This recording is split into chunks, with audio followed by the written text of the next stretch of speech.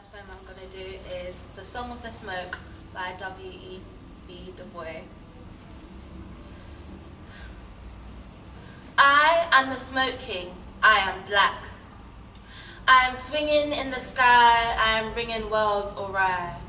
I am the thought of throbbing mills, I am the soul of the soul toil kills, wraith of the ripple of trading rills. Up, I am curling from the sod, I am whirling home to God. I am the Smoke King, I am black. I am the Smoke King, I am black. I am wreathing broken hearts, I am sheathing loves like darts, inspiration of iron times, wedding the toil of toiling climes, shedding the blood of bloodless crimes, lurid lowering mid the blue, torrid towering toward the true. I am the Smoke King, I am black. I am the Smoke King, I am black. I am darkening with song, I am hearkening to wrong. I will be black as blackness can. The blacker the mantle, the mightier the man. For blackness was ancient ere whiteness began. I am daubing God in night, I am swabbing hell in white. I am the Smoke King, I am black. I am the Smoke King, I am black. I am cursing ruddy morn, I am hearsing hearts unborn. Souls unto me are as stars in a night. I whiten my black men, I blacken my white. What's the hue of a hide to a man in his might? Hail, great, gritty, grimy hands, sweet Christ, pity toiling lands. I am the Smoke King, I am black. Thank you. I'm Joseph, and I will be reciting the poem, The Ballad of Reading Gaels by Oscar Wilde. He did not wear his scarlet coat for blood and wine or red, and blood and wine were on his hands when they found him with the dead. The poor dead woman whom he loved and murdered in her bed.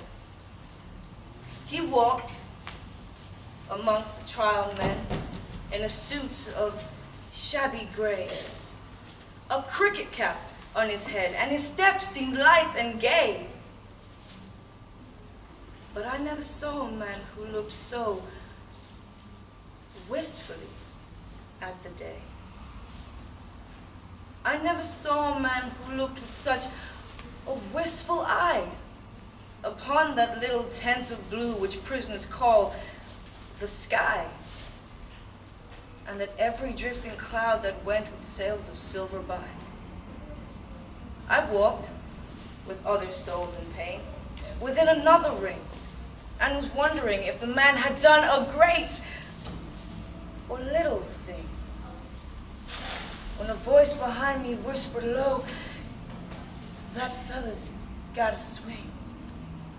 Dear Christ, the very prison wall suddenly seemed to reel, and the sky above my head became like a cast of scorching steel. And though I was a soul in pain, my pain I could not feel. I only knew the haunted thought that quickened his step, and why he looked upon the garish day with such a wistful eye. The man had killed the thing he loved, and so he had to die. Thank you. Hi, Edith Tracy. I'll be doing You Were Old, Father Williams by Lewis Carroll. You were old, Father Williams, the young man said, and your hair has become very white. And yet you incessantly stand on your head. Do you think at your age this is right? In my youth, Father Williams replied to his son, I feared it would injure the brain. But now that I'm perfectly sure I have none, why, I do it again and again. You are old, said the youth, as I mentioned before, and have grown most uncommonly fat. Yet you turned back somersaults in at the door. Pray, what is the reason of that? My youth, said the sage as he shook his grey locks. I kept all my limbs very supple. By use of this ointment, 1 shilling a box, allow me to sell you a couple. You are old, said the youth, and your jaws are too weak for anything tougher than suet. Yet you finished the goose with the bones and the beak. Pray, how did you manage to do it? My youth, said his father, I took to the law and argued each case with my wife, and the muscular strength which it gave to my jaw has lasted the rest of my life. You are old, said the youth. One would hardly suppose that your eye was as steady as ever, yet you balanced an eel at the end of your nose. What made you so awfully clever? I have answered 3 questions, and that is enough, said his father. Don't give yourself airs. Do you think I can listen all day to such stuff? Be off, or I'll kick you downstairs.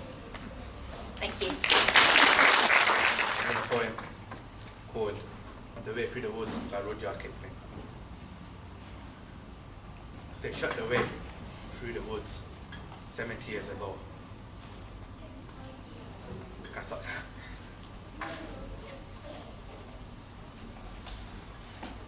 they shut the road through the woods 70 years ago.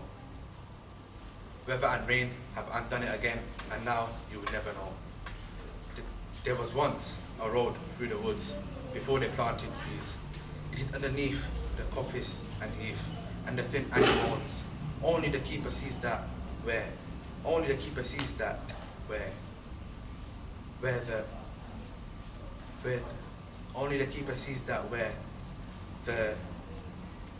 the dreamer ring. Only the keeper sees that where the drove ring broods and the badgers all at ease. There was once a road through the woods. Yet if you enter the woods on a perfect summer night, on a perfect summer evening late, when the air cools down on the night, on the tring tram pools, and the otter whistles is made, they fear no men in the woods because they can only see a few. Because they only see a few. You could hear the beat of a horse's feet, and the skirt of the dew clattering through in the misty solitudes.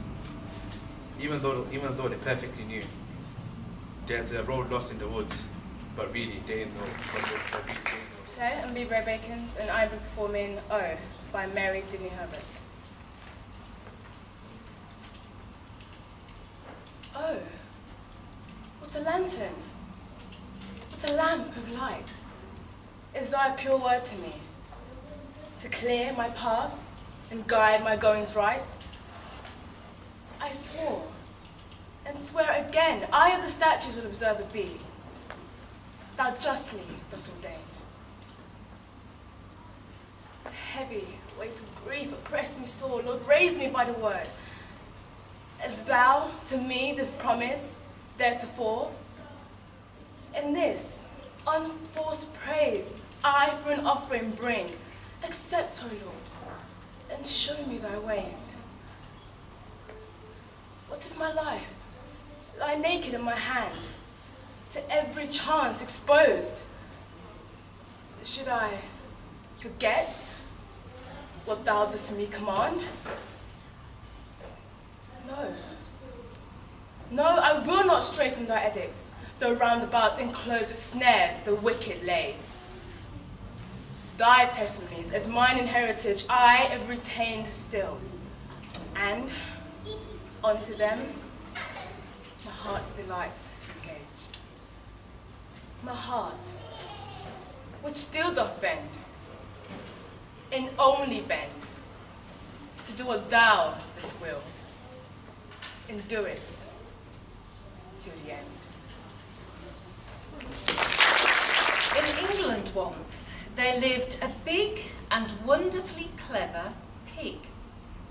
To everyone it was plain that Piggy had a massive brain. He worked out sums inside his head.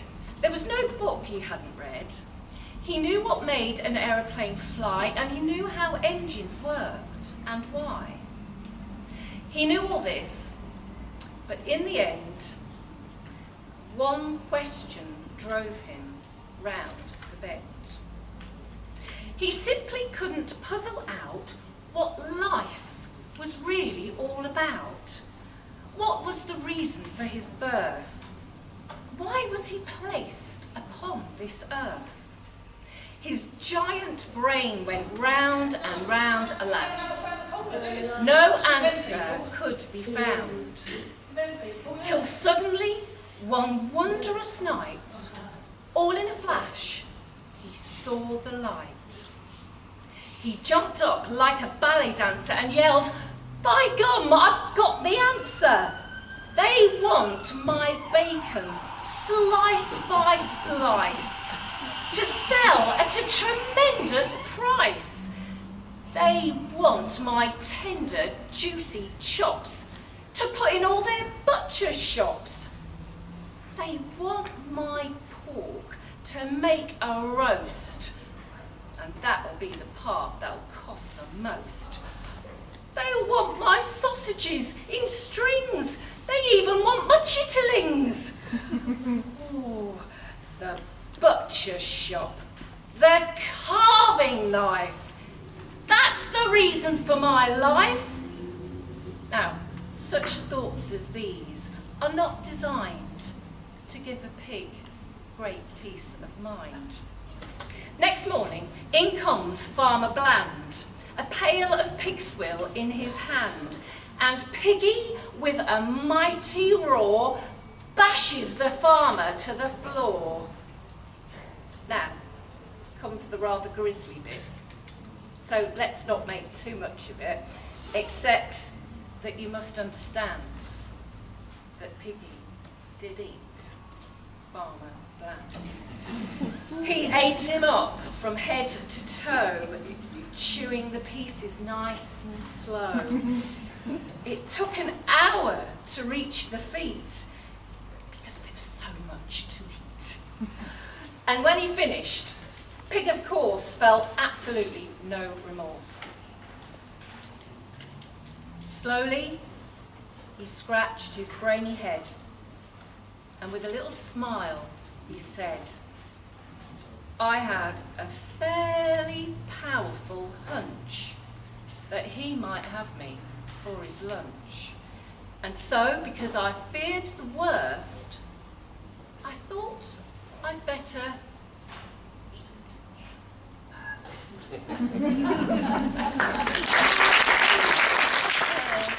Is Josephine Baker Finds Herself by Patience Agbabi. I forgot.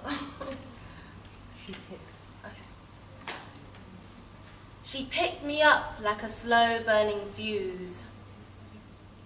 I was down that girls' club used to run in Brixton on acid for fuel. Lipstick lesbians, techno, so hardcore it's spewing out Audis.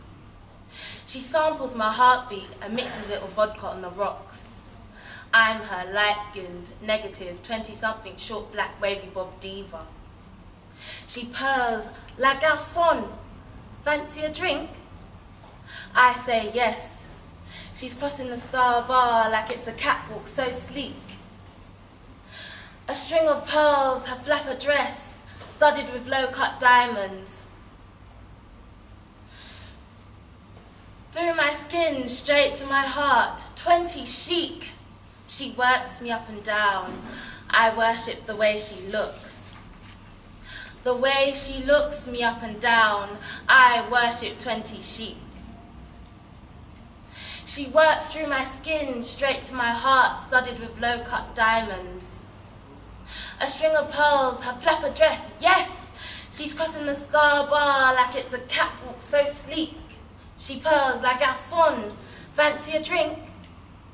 I say, 20-something short black wavy bob diva, vodka on the rocks. I'm her light-skinned negative. She samples my heartbeat and mixes it with techno so hardcore it's spewing out Audis on acid for fuel. Lipstick lesbians. That girls' club used to run in Brixton like a slow burning fuse. I was down, she picked me up. My next poem is called It's Work by Benjamin Zephaniah.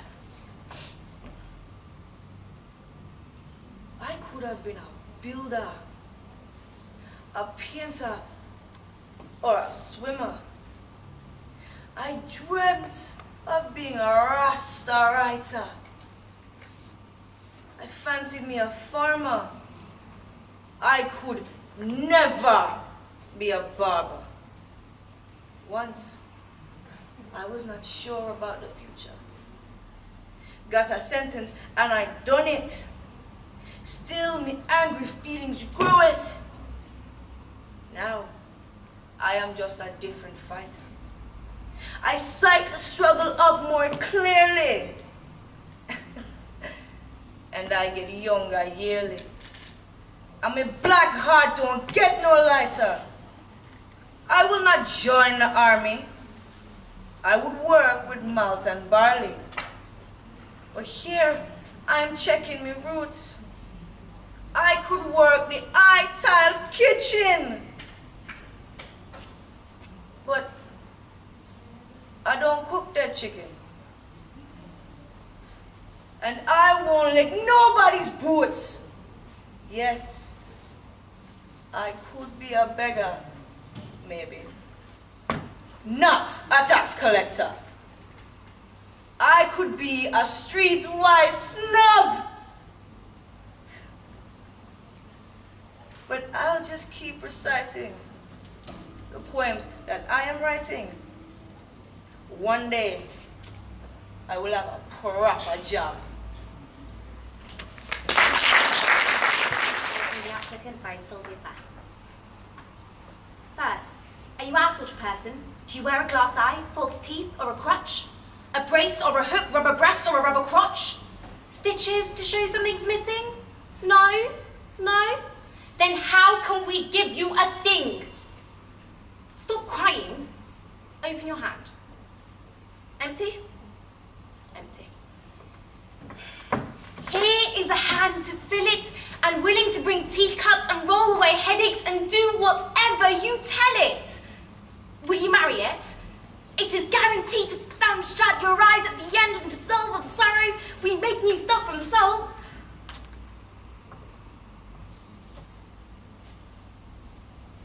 I notice you're stark naked. How about this suit? Black and stiff, but not a bad fit. Will you marry it? It's waterproof, shatterproof, proof against fire and bombs through the roof. Believe me, they'll bury you in it. Now your head, excuse me, is empty. I have a ticket for that. Come here, sweetie, out of the closet. Well, what do you think of that? Naked as a papered start, but in 25 years she'll be silver, in 50 gold. A living doll everywhere you look. It can sew, it can cook, it can talk. It works, there's nothing wrong with it. You have a hole, it's a poultice. You have an eye, it's an image. My boy, it's your last resort. Will you marry it? Marry it? Marry it. Thank you. I've written a poem, Benjamin Zephaniah, by Benjamin Zephaniah, and it's called Work. Before I start, I'll let everyone to get a beat going. I could have been a builder, a painter or a swimmer. I dreamt of being a Rasta farmer. I fancied me a farmer, I could have never been a barber. Once I wasn't sure about the future, got a sentence and I'm done with it. And my angry feelings still grow, but now I'm a different writer. I see struggle more clearly, and I'm getting younger yearly. I'm a black man, ain't getting any lighter. I know I won't join the army. I'm working more on Bali. But here I'm checking my roots. I could work in a little kitchen, but I won't cook dead chicken. Yes, I could be a street. Maybe I could be a beggar, but never a tax collector. Guess I could be a streetwise snob, or maybe I could keep reciting the poems that I wrote, and maybe one day I'll have a proper job. I'm Vacant, and I'll be reciting The Applicant by Sylvia Plath. First, are you out sort of a person? Do you wear a glass eye, false teeth, or a crotch, a brace or a hook, rubber breast or rubber crotch, stitches to show something's missing? Then how can we give you a thing? Stop crying. Open your hand. Empty. Empty. Here is a hand to fill it, and willing to bring teacups and roll away headaches, and do whatever you tell it. Will you marry it? This is guarantees the thumb shut your eyes again, then dissolve sorrow. We make new stock of the salt. I notice you are stark naked. How about this suit? Black and stiff, but not a bad fit. Will you marry it? It is waterproof, shatterproof, proof against fires and bombs through the roof. Believe me, they will bury you in it. Now your head, excuse me, is empty. I have the ticket for that. Come here, sweetie. Out of the closet. Well, what do you think of that? Naked is paid to start, but in 25 years, she'll be silver. In 50, gold. A living doll. Everywhere you look. It can sew, it can cook, it can talk.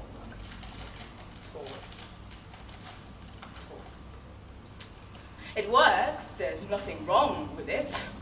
You have a hole, it's a poultice. You have an eye, it's an image. My boy, it's your last resort. Will you marry it? Marry it. Marry it. So the runner-up for this evening is Dorothea Darby.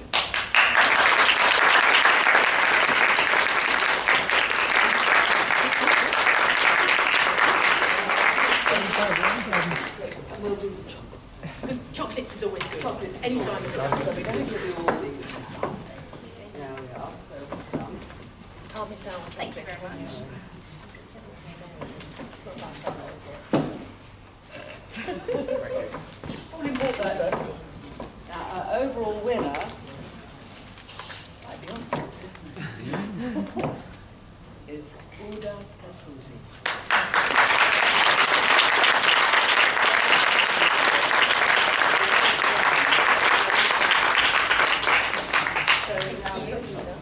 Now this is for you. So you've got the shoulders. Great. Right. Lovely. And now the school that you're representing is Precious School for Girls, isn't Yes, it? Precious. So the school, have we got a teacher here, someone from the school? We know we have. Oh, there's the big smiley face there. Right. Oh, a little smiley